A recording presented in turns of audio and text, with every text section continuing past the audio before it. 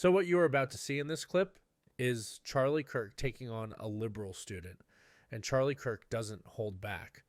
Charlie Kirk defends Trump's tariffs, shuts down the lies, and schools the student with straight facts. Let's listen to what Charlie Kirk has to say to this woke liberal student. Hi, Charlie. My name's Gabriel, and I'm a senior in high school. And I want to tell you this. I don't know much about this topic, so I'm here more to learn, but I also want to provide a point of view. So I wanted to speak about Trump's tariff policy. So since January 2025, Trump has had one of the worst presidential terms concerning the economy. And there are statistics to back this up. S&P has dropped 8%, Dow Jones has dropped 7%, the Russell has dropped 12%. The way I understand it, tariffs are a tax that are passed on to consumers. They impede upon the world free trade and increase the cost of imported goods. This not only has tanked our economy, but is actually putting small businesses across America out of work. Middle-class Americans that voted for Trump believing prices would drop are now having to close down their small business because they used to rely on outsourcing. Now, I understand that Trump's goal with this tariff policy is to bring back jobs to America. However, this is an unrealistic reality. Even though some corporations are moving production to the U.S. to avoid tariff, in reality, most would rather pass the cost on to consumers than financially pay billions of dollars in building new plants in America and paying higher wages. With all of this, I wanted to ask you if you could please defend Trump's tariff plan. Sure. Great.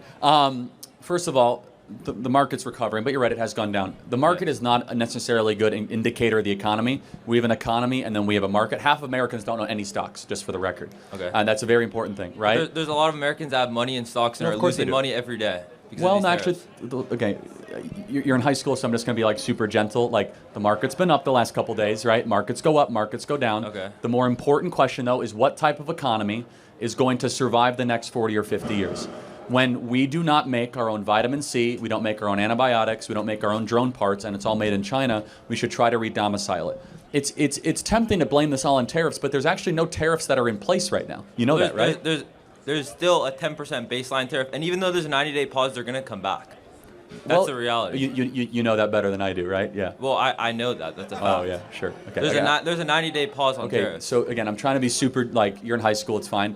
You know, Trump's talking to South Korea and Japan and Vietnam. Okay. We're going to get massive deals with India, and we're going to fix the trade imbalances. And here's the core of it. Can we at least agree that Trump ran on the idea of tariffs? He did. And people voted for it? Yes. Should elected leaders do what people vote for them to do? Yes, but I agree that he's doing what he said he would do. What I'm asking you is, how can you defend what he's doing? Because what would you say to the middle class American that has a small business that now has to shut down their business because they used to outsource to China and now they can't pay due to the high tariffs?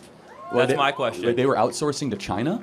Well, even though some small businesses don't outsource, they get a lot of their production from big companies that do make their products foreign. And so now those prices are being jacked up and small businesses are running out of customers because they're having to pass the cost on to the consumer. I see no evidence of that happening, and I believe, first of all... what is the definition of a tariff?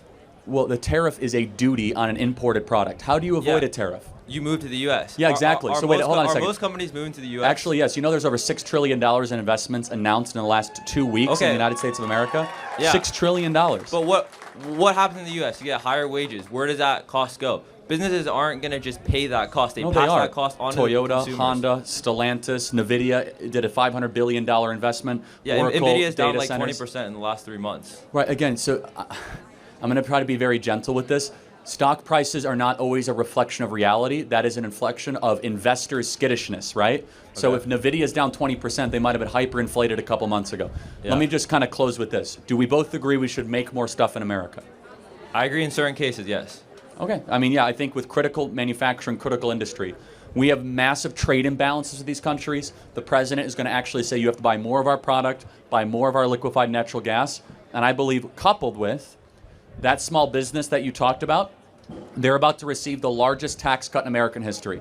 No tax on tips, no tax on overtime, no tax on Social Security, and a massive middle-class tax. But if we can produce goods foreignly for less money, why are we moving it back to the U.S.? And my other point is... Because less money is not the most important thing. By moving it back to the U.S., what are you, making more factory jobs? We're moving into a time where tariffs are behind us. Factory jobs are behind us. Wrong. Soon AI is going to take over these factory jobs. And this is where you're totally wrong, man. We have 11 million manufacturing jobs that we need to fill in the next 5 years that don't require college degrees. Advanced manufacturing manufacturing jobs, highly precise. Who's going to build all the robots? Who's going to build the drones? There's insane amount of hardware infrastructure that needs to happen. Factory jobs are not behind us. In fact, we have more hardware needs now in 2025 than we even had in 1985. So thank you for your time. Okay. Appreciate it. Thank you.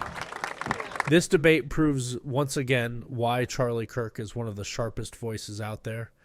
He takes a question meant to slam Trump's tariffs and turns it into a full-blown defense of America's future. From trade deals to factory jobs, Charlie Kirk lays it out plain and simple. If we don't make stuff here, we don't survive. He keeps it real, stays cool, and drops knowledge bombs all over the place. If you're still doubting Trump's policies after this, you weren't listening.